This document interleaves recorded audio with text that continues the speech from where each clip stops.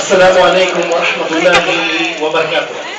Alhamdulillah, at meron tayong kapatid, mga bagong kapatid sa Islam, na sila nagpahayag ng kanilang naramdaman.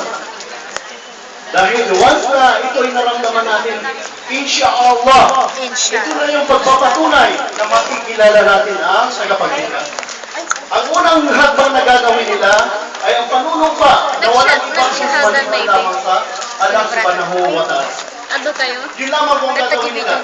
At isasabihin nila sa Arabic. Sasabihin ko sa Arabic na uulitin lamang nila ang katalikatakan. Insyaallah. Bismillahirrahmanirrahim. Amo dali balayo? Ha? Amo dali balayo? Pay?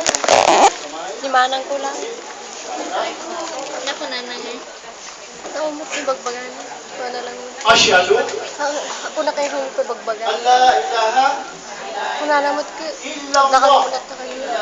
Niyati. wa asyhadu Nakakulat anna Muhammadan Rasulullah wa asyhadu ana Isa ibnu Maryam Abdullahi wa Rasuluh.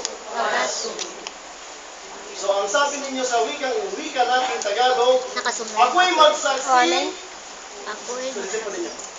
ako'y magsaksi na walang Diyos na dapat at karapat dapat sambahin maliban sa Allah. At ako'y magsaksi na si Propeta Muhammad ay kanyang alipin at sugo.